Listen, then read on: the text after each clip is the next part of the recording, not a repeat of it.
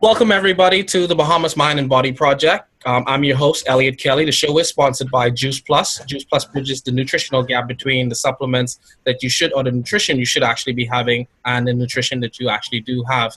I have my distinguished guest with me tonight, none other than Mr. Alexio Baillou. Alexio, welcome to the show. To our listening and viewing audience, welcome to the show as well. If you do have questions for Alexio later on in the show, please email us at info@bahamasmindandbodyproject.com. That's info@bahamasmindandbodyproject.com. Before we get into the good stuff with Alexio, the gold stuff, he has some nuggets to share with us. Our topics are going to be leadership. We're going to speak about education as well, and life skills. That's leadership, education, and life skills. I want to thank the persons that have been emailing into the show. There's been tremendous amount of feedback. I was telling Alexio in the pre-brief that my inbox is just inundated with positive remarks. People have made suggestions. We've taken those on board as well. So we welcome your comments. It's all about personal development. It's all about the development. And remember that we are here for you. I am here for you. And our guests are here for you. If you don't have a pen or a paper handy, please grab one. We'll give you a few seconds to do that. Please grab one. We're going to start with our first quote of the day. Our first quote is actually, "We teach what we know, but we reproduce what we are." We teach what we know, but we reproduce what we are. And that's by John C. Maxwell. Without further ado, Alexio, welcome to the show. Alexio Baillou is a young prophet given to equip believers to walk in their new covenant identity, and he's with Power Church. He has a lot of power. Sorry? Potential Church. Potential Church. Wonderful. His message is one of hope. It's humorous, and he's always frank and honest, and he was very honest and frank with me earlier as we spoke. His first book is The ABCs of Prophecy, and that was released last year, December. So congratulations on that. You're going to tell us a little bit more about that as well. All right. So thank you for coming on to the show. Let's just jump right into it, because persons would have grabbed their pencils and pens by now. What has contributed to your success so far as a budding and aspiring leader? I would have to say, without a shadow of doubt, it would be my involvement, not just within the context of church, but my involvement with men and women who they themselves were very strong spiritual leaders. They took a lot of time to invest in me, to pour into me as well, as I've always been an avid reader from my childhood. So when I was about 13 years old, actually 12 or 13 years old, I remember I was reading books about spirituality, people like Smith Wigglesworth, Dr. Bill Hammond, who a lot of us in the Bahamas may not know, but who are respected around the world as major Christian leaders who went on to be with the Lord. So throughout my entire life, I've always been just ingesting a lot of information, as well as personally having the opportunity and the blessing of just sitting at the feet of some great men and women. That's wonderful. Thank you. All right. We did say that our topic tonight is we're going to focus around education, and you introduced the books thing there. You just recently spent about $3,000 on books. 300. We got to sell it to the media. You just spent about $300 on books. And I'm all about reading. Reading is so important. And I think there's an opportunity for all of us to read. What are some of the titles that you have purchased recently? Recently, I purchased books in about 4 or 5 key areas. Number one, I purchased books on church history. I've been wanting to really understand the background and the history of the church, where it is that we came from, what contributed to who it is that we are now, both in the good and bad. Additionally, I purchased books on vision, books as it pertains to choosing life direction, goals, and ambition, how those things work together. I purchased books on business. How is it that you can create? How is it that you create strong teams? How it is that you should go about crafting a great vision? How to see things through to completion? Books by major people like Robert Kiyosaki, Tim Ferriss, as well as Jeff Goins. And fourthly, and here is the clincher, I purchased about 7 books on the topic of on various LGBT issues, in other words, lesbian, gay, bisexual, transgender individuals.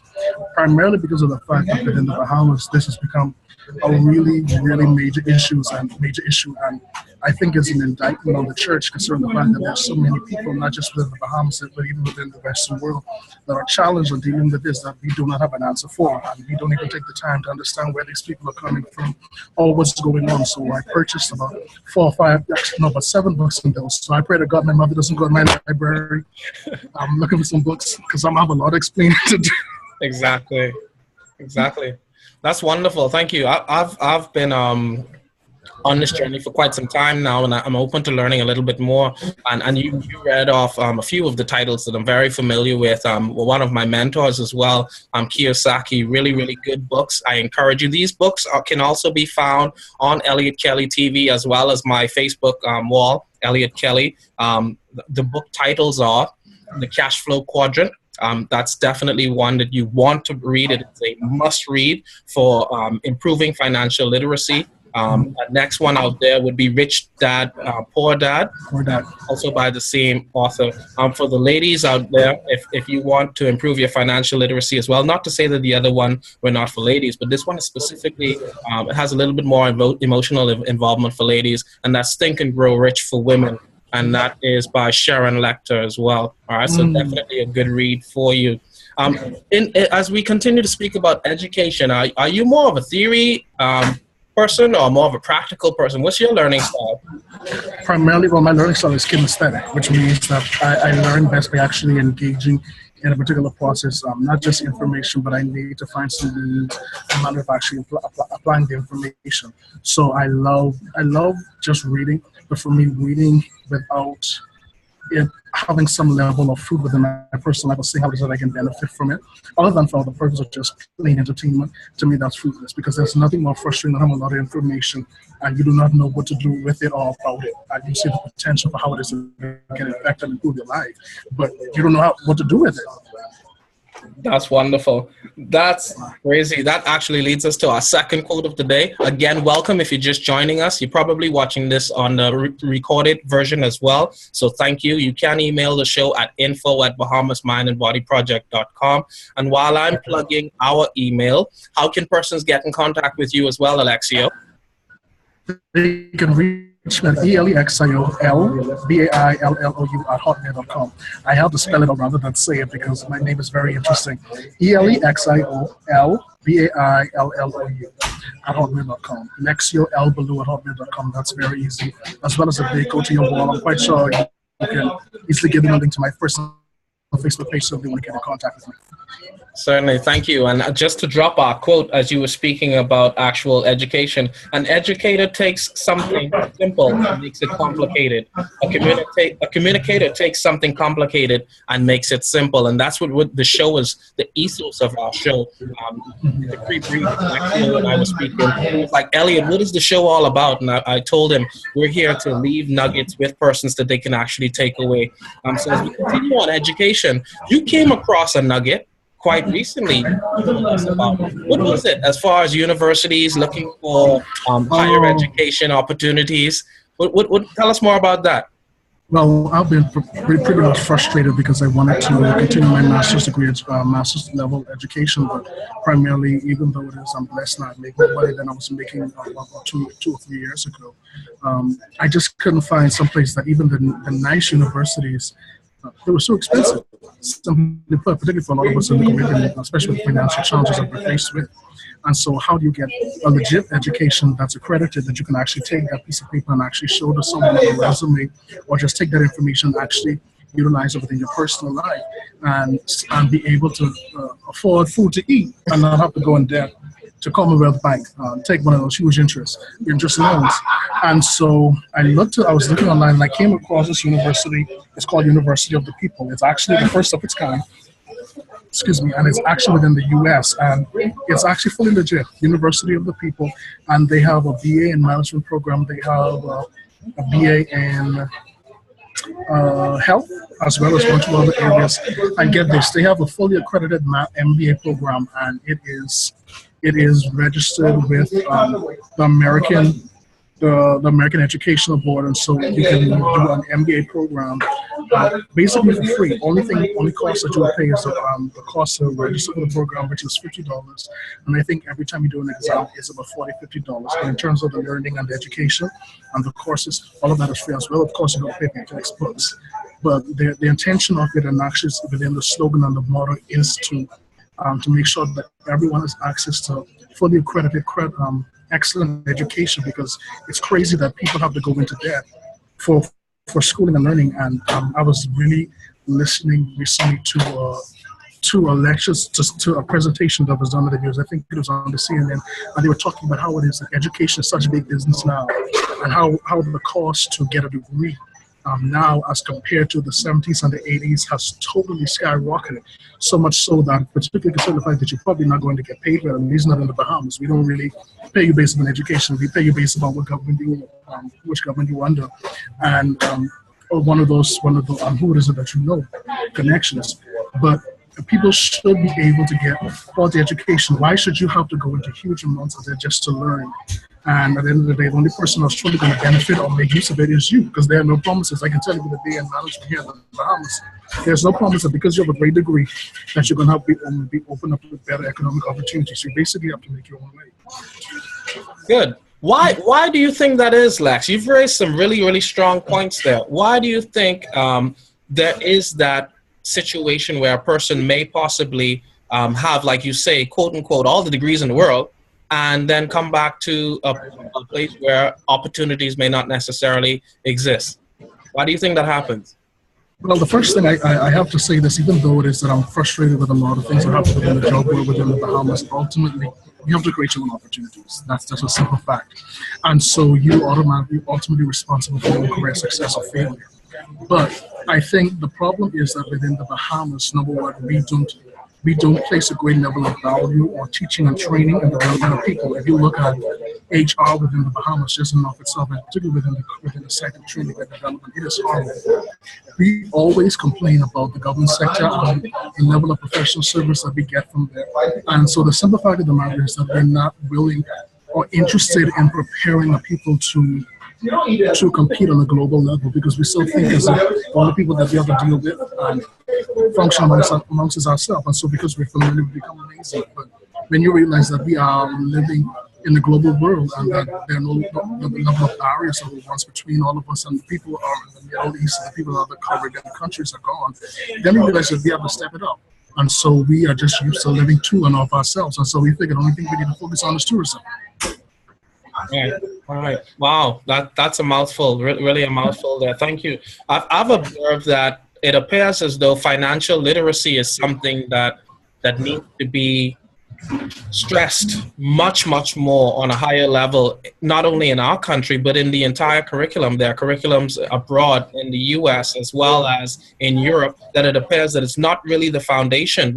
Students are being taught very basic addition, multiplication, and subtraction. But when it comes to real living, life skills, as in budgeting, preparation of a business plan, and it's quite interesting that you mentioned from is it University of the People, correct? Yeah. University of the People. The courses that you seem to be interested in at that point was the MBA and the business management course. And I applause to you. You did also say that it is the onus, it is the responsibility of the individual. And this show is not here to incriminate anybody. It is not the government's responsibility. It is definitely the individual's responsibility. And you've gone out on that limb, and you've got your 30 books, and you're going to get in trouble from your mom, and your credit card getting bent as well. Oh, Lord Jesus. I looked at that today, and I said, God, what in the world was I doing? Yeah, but what I say at the end of the day, you didn't pay for those books. You invested in yourself. And I think that's a big opportunity for you. So well done for you. As we look at leadership, because you're a leader as well, you've obviously written a book. We had an author on the show last night.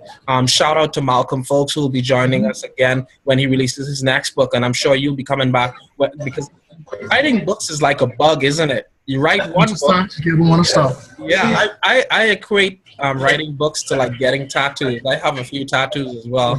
And once you get one tattoo, you're going to go back and get a next tattoo as well. It's so amazing you say that, because I've been so tempted in my mind. I want to get one white shirt. right here on my arm. You can't say the right here on my arm. But I keep saying two things. Number one, Lord, I have to preach to the saints. And anybody who knows me knows I like to wear clothes that are comfortable. So I can't be preaching in Baptist church, showing off this big old thing on top of my arm. And secondly, I am afraid of the fact that just exactly what you said proves to be true in my life. Once you get one, you want to make your body a piece of art and just start marketing it up and all these things. Exactly. If you're investing in yourself internally or artistically, you definitely want to do it on the outside as well. You've worked in teams before and you've led teams before. What methods have you used to encourage that commitment, to get that buy-in from teams? Well, the first thing is that you never ask the people what it is that you're not willing to give yourself. If it is that you're going to ask people to give you the time and energy and the resources, then two things need to be clear. Number one, that you're willing to go the extra mile to set the bar and be an example for them. Secondly, you have to be willing to invest in them. And you have to make it so that they understand that this is not just about you accomplishing your initiative, some big dream or vision or goal that you have, but that you're willing and that you're concerned about the simple fact that what is it you're doing is meant to grow them also. So if it is that you want to inspire commitment in people within the work and the vision that you have, then you need to show that you're committed to them through investing in them, whether it's buying them books, getting them resources, taking time to teach them, to show them how you do what you do, what is it you're expecting. Because at the end of the day, what should happen is that anyone that has passed through your hands, as a leader, they should be better. They should have grown, they should have developed, they should be stronger, they should be wiser, they should be able to accomplish more, and they should be able to function at a higher level. Wow. Good food for thought there. Now, all leaders have to deal with conflict. I remember parting a few fights in the hotel, husband and wife couples working at the hotel, and just in customer service in general. But on a personal level, because we said that the foundation of the show is on the personal and the business, because you tend to take into your business skills tend to transfer into your personal life, and your personal life tends to transfer into your business skills. So having said that, how do you avoid conflicts, and how do you manage conflicts? Well, the first thing I realized is that I should not avoid conflict. I think conflict avoidance is actually one of the most unproductive things that you can do. Conflict is usually avoiding conflict is usually proof positive that one of the individuals is passive, and that can be very dangerous for a leader. Additionally, it proves that you're not willing to commit to what it is that you're saying or what it is that you're bringing forward to the full degree. And so whenever it is that you have different people in different backgrounds, you're going to have conflict. We have conflict every day. We always disagree with something. If you're married, you're going to have conflict. I've never seen two people who truly love each other don't get frustrated, irritated with each other, not have differences of opinions. The issue is not to avoid conflict. The issue is to manage it and to understand its purpose.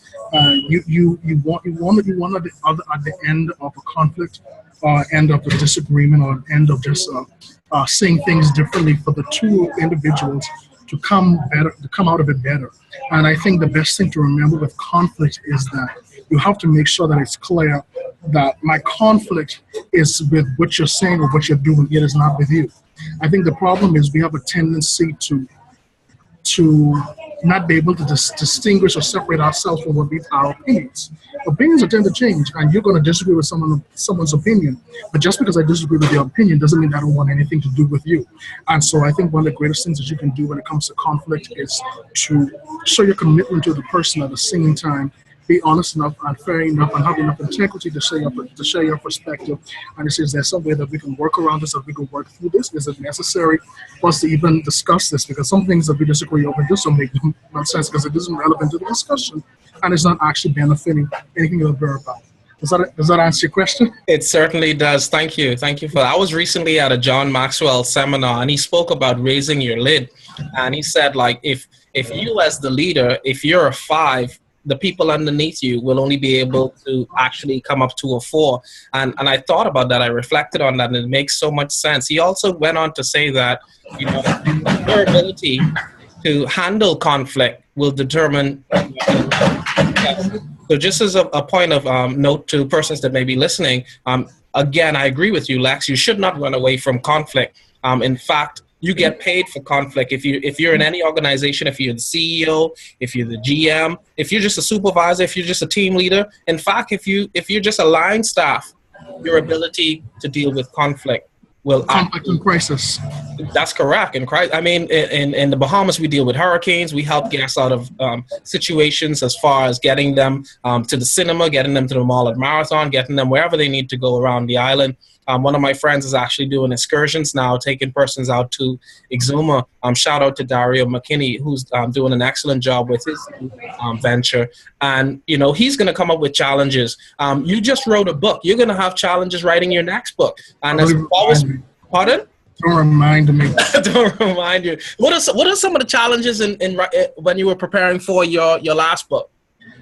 The first challenge that I had to deal with was the fact that I'd never written a book before.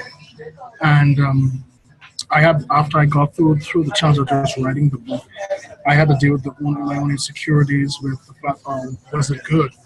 Is anyone going to read it? Is someone going to like it? And here's the clincher.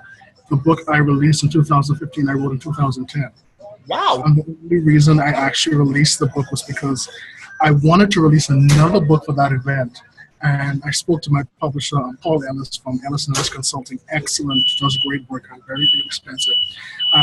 I said, I have this manuscript I haven't done anything with for over 5 years. And I said, what do you think about publishing this? He said, okay. He said, I'll take a look at it. And this is the embarrassing thing. That book, if I had really pushed it through, it would have been published by either Charisma House or Destiny Image, which are like two global Christian publishers who published Dr. Miles and all of those, Bishop T.D. Jakes, all of those big guys' books. They were willing to publish my manuscript. But two things held me back, money, as well as I don't think I was good enough. And so I think with creating any product, the greatest challenge you're going to be faced with is your own internal issues. Because that tends to come to the forefront in the work that you're doing. And you have to be willing to work beyond it and to deal with it, as well as not just the lengthy process of getting it done, but just to deal with your own personal, emotional hang-ups a lot of times with what it is that you're doing. Wow, thank you. Books can be a pain. As far as books, it's actually a business, and just go, if I may digress a bit, the business skills are needed even if you're going to write a book, because you have aspects such as marketing.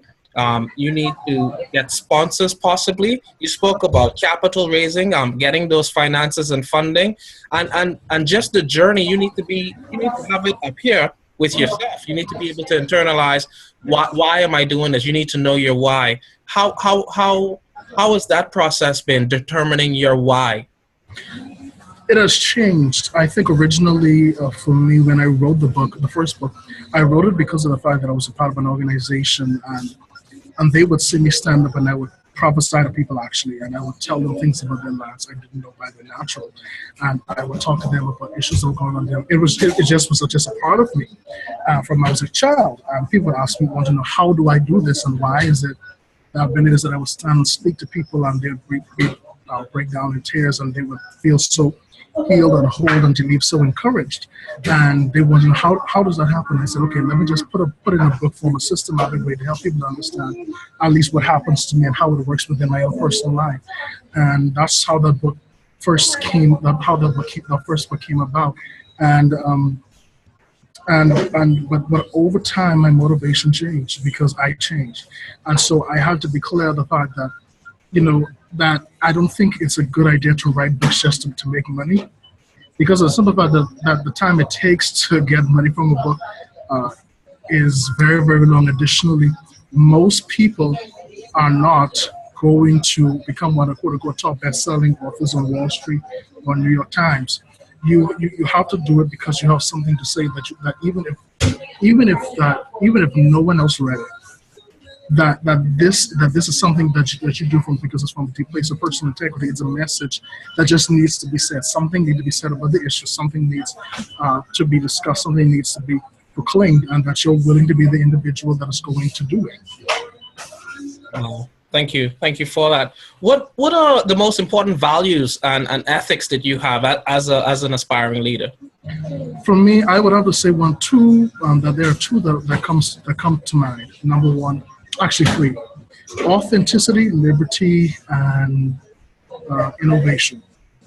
I value authenticity. I value people as they are.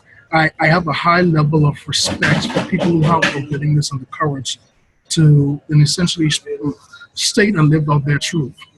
Once it's not in a way that is harmful to other people, but are willing to say, this is me, this is who I am, this is what's important to me, this is what's going on with me, and yeah, this is who I bring to the table. I respect that because I think a lot of times we live in a world that just so encourages conformity, that encourages people to just be part of the pack, and that it is rare to see individuals who just stand up and say what's important to them and have the courage to live out what you quote unquote call your truth.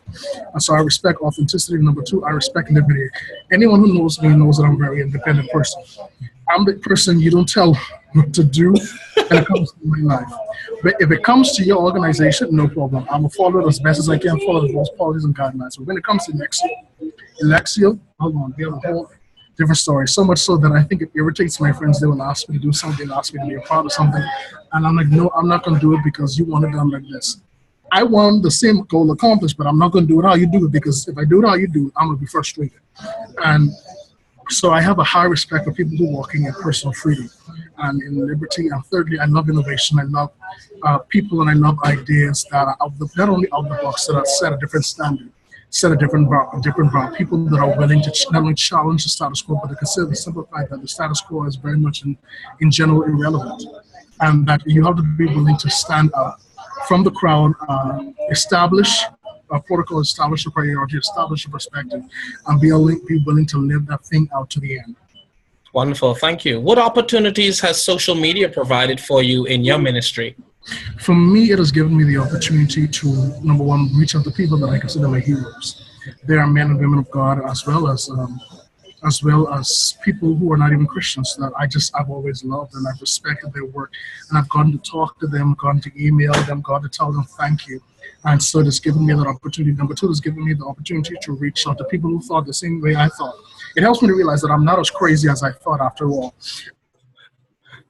I may have a few dysfunctions, but I'm not crazy. So thankfully, Standards is not going to sing anytime soon. For any international person, Salaman's rehabilitation centers where you go. So I can't make the $50 off of you then.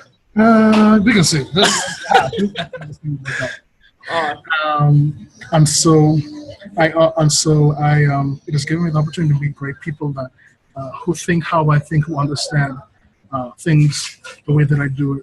And so it has given me a platform for my voice to my audience, which is so important. And thirdly, it has opened up opportunities for me to do what I do, even locally, that I would not have been able to without Facebook. I mean, I get speaking invitations through Facebook. I get opportunities. Recently, I spoke at a large church because the young lady heard me speak somewhere else, and so she reached out to me through Facebook. I need you to do this. I got another opportunity to speak at a church at the beginning of this year, where the senior pastor reached out to me through Facebook and paid me. And so I was happy. I got some money. Additionally, I had a great honor last year to speak to a Dreamboat event that was hosted by Michelle Davis. And she reached out to me through social media. And so it's how it is that you're able to connect with people who think how we think, who appreciate what we have to offer, and just to meet and relate to them. And so I'm grateful for it. Certainly. In an era where there seems to be so much competition in the political atmosphere, in the business atmosphere, and even academically, what are your thoughts on competition? Is it good? Is it bad? Are there alternatives?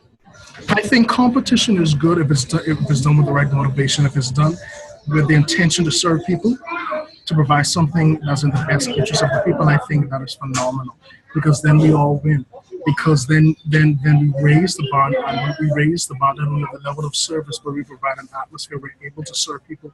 I just give them the best what they need, because at the end of the day, customers are king. Whether it is that you're a politician, whether it is that you're a doctor, your responsibility is to serve people. I think competition can be dangerous and dysfunctional when it's about number one, destroying someone else, and acting as if there is not enough room for all of us to benefit, or for all of us to be blessed and all of us to succeed. I think that's when it can become destructive, as well as when it's about an ego thing where it's more so about you proving your superiority over another individual, and not just being in terms of that you're able to provide a better service, but more so saying that you are in fact a better person. When I see people who function like that, obviously they have very deep-seated insecurities, as well as that they're dysfunctional. And so that way that's going to show up in every other area of their life. That's a very valid point there. I see some people, like, obviously they're beggars on the street anywhere you go in the world, whether you're in Amsterdam or in Marrakesh. I see them give like a pound to someone or $1 to someone, and they walk around with their chest high for the rest of the day, like, oh, I help someone, I help people, I'm a good person. You know, that's not really helping the person. There are other ways to help people. So I do agree. If you are going to help someone, it should not come from a place of just satisfying your own ego, which is what you said. You need to do it with a real pure heart. So if you have joined the show, again, welcome to the Bahamas Mind and Body Project. My name is Eliot Kelly, and I am your host. And today we are with Alexio Baillou. Alexio has given us a lot of pearls today, so thank you for that. We just want to drop 5 rules of leadership from John Maxwell. We will be closing out shortly. We'll get some final words from Alexio in a minute. But those 5 rules of leadership: number 1, lead yourself. You know, it's no one's responsibility to, like we said, it's not the government's responsibility. The Life at Key Foundation is not responsible for your scholarship. The Marshall Scholarship, they're not responsible for it. You have to be yourself. Add value to people. A lot of people like to take. You know, they always love to be on the thank you, the receiving end. The attitude I have, and I think this is why any success that persons may see, the attitude I have is to provide value. In many cases, when I speak, you spoke about speaking publicly and professionally. I speak for free on occasion. Don't get me wrong, I have kids to feed as well. But on occasion, and depending on the circumstances when I can, I speak for free. I do consultative services for free as well. Study your craft. Alexio, again, you got 30 books. That's, you know, the average person reads 1 book a year. If you compare that to persons who are successful, who are reading like 60 books a year, then you're going to have an understanding why you may not understand HTML, why you may not understand a particular business management function, or your financial literacy may not be as literate as it should be. Practice it. You know, a lot of people do a lot of this. They give it a lot of chat, and they don't necessarily practice it. And look to intentionally grow every single day. Every day. There's this thing in the corporate community, CPD, continuing professional development. Every day I document where I have grown from yesterday. So my goal, in whether it's in a minute way, to find that I am better than I was yesterday. So just to recap those points: you lead yourself, number 1, add value to people, to study your craft, whether it's leadership or nursing or any other area, radiology, to practice what you preach and to practice in that area, and to look to intentionally grow every single day. Any words of wisdom for our youth before we depart, Alexio? I would say that you have to understand that you have to take responsibility. Take responsibility for your life, what is it you chose to do, and the path that you're going to walk. The fact of the matter is that no matter how young or old you are, we're all dealt, and excuse me, bluntness, a crappy hand of life. That's just a simple fact. No one gets you with a silver spoon, even as much as we like to think it, because no matter how much money you have, no one has a perfect life. We're all dealing with diverse challenges, whether it is that we have $1 million in the bank or whether we're poor, we have no money. The simple fact of the matter is that you have to make a decision regarding what's important to you and be willing to commit to that, and recognize that in that process, people are not going to be for you. People are going to have their own opinions about what you should and should not be doing. But when God should help out with you walking in truth and with wisdom. Wisdom is the key thing. You will come to a place where it is that you may not have the other trophies or successes other people may value it, but you'll live at peace with your own self. I think at the end of the day, as young as I am, I'm realizing that there is no greater feeling than peace within your own self, and that your conscience is able to rest because you know that the thing that you consider important to do, that's being done, and that you function in such a way that is healthy and that is only beneficial to you, but that is contributing to your society. Wonderful. Thank you for that. And thank you for joining us this evening. You could have been anywhere tonight. Tell our audience where you're at tonight, Alexio, just so we can do a plug for where you're at. I'm inside. They should pay us for this plug, actually. I'm inside in Garden Hills, number 2. We just finished eating a chicken sandwich and about to finish this soda, which is contradictory because I shouldn't be eating a healthy chicken sandwich and drinking a cold cup of orange soda or whatever. All right, wonderful. Thank you for that. So thanks to our audience who've joined us today. If you have questions, if you want to get in contact, in fact, get the book. Get the book. It's the ABCs of Prophecy. Get the book. ABCs of Prophecy. How can persons get your book, Alexio? They can either do one of two ways. They can go on Amazon.com, they can purchase it in Kindle as well as they can order it, or if they reach out to me, I will see to it that they get a copy. Oh, that's super. Alexio's information will be tagged in the post once this is sent out. You can email us at info@bahamasmindandbodyproject.com, as well as you have our social media platforms. We're on Snapchat, we're on Instagram, we're on Periscope, we're everywhere. You know, your mom's even talking about us. We're going to close out with a quote. We probably used this one before, but I think this just stuck with me because James Allen I'm a fan of James Allen. People are anxious to improve their circumstances. We opened the show with this. People are anxious to improve their circumstances, but are not anxious to improve themselves. Therefore, they remain bound. If you can take anything away from tonight, you take away the keynotes from Alexio, as well as you will remain bound if you're not willing to make those changes for yourself. Thank you, everyone, for joining us on the show. Look forward to seeing you on our next show. See you soon. Thank you. Just 1 minute for us, Alexio. Thank you.